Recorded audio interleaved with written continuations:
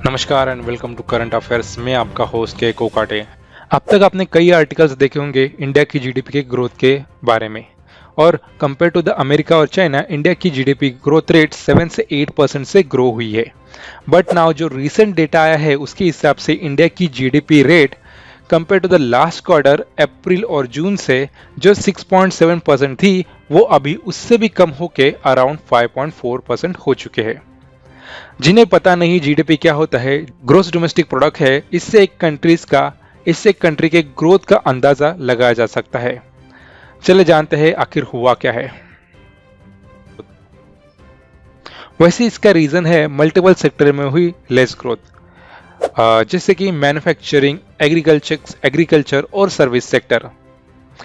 Manufacture sector जो GDP का 17% है, वो सिर्फ 2.2% से बढ़ा है compare to the last quarter में, जहां पे वो 10% से बढ़ा था।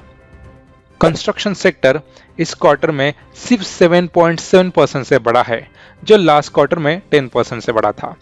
वही सर्विस सेक्टर भी इस क्वार्टर में काफी कम ग्रोथ हुई है compare to the last quarter.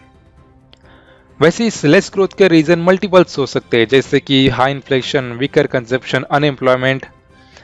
तो अभी जो रिसेंटली डेटा सामने आया है उसके हिसाब से फूड इन्फ्लेशन है compare to the last year, वो 10.87% से बढ़ा है। तो फूड इन्फ्लेशन मतलब क्या? मतलब हाउस होल्ड आइटम जो आप बाय करते हैं, सब्जी, ऑयल, ऐसी ऐसी रोजमर्रा की चीजें महंगी हो चुकी है। इसके कारण लोगों ने खरीदना भी कम कर दिया है। That's why the weaker consumption is also there.